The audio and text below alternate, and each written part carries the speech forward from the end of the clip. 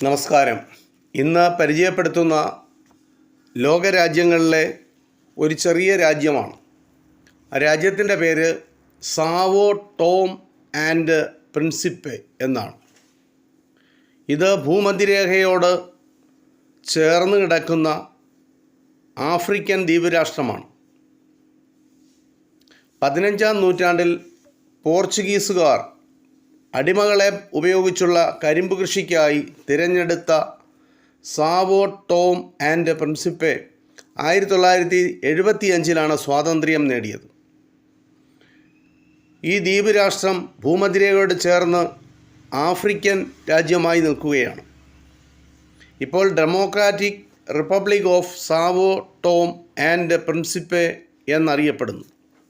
Sao Tome, Principe എന്നീ 2 ദ്വീപുകളാണ് അവിടെ ആകെയുള്ളത്.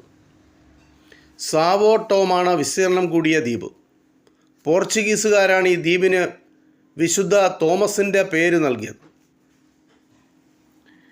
തലസ്ഥാനം സാവോ ടോം ആണ് ഈ രാജ്യത്തിൻ്റെ തലസ്ഥാനം. 2 ലക്ഷത്തോളം അടുത്ത് ജനസംഖ്യയാണ് ഈ പ്രദേശത്തുള്ളത്.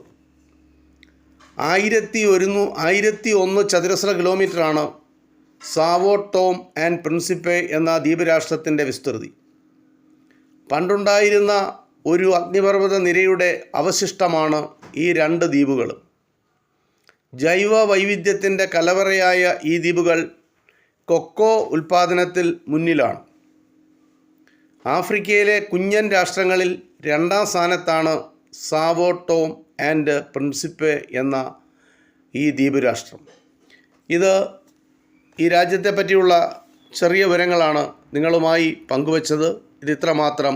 നന്ദി, നമസ്കാരം.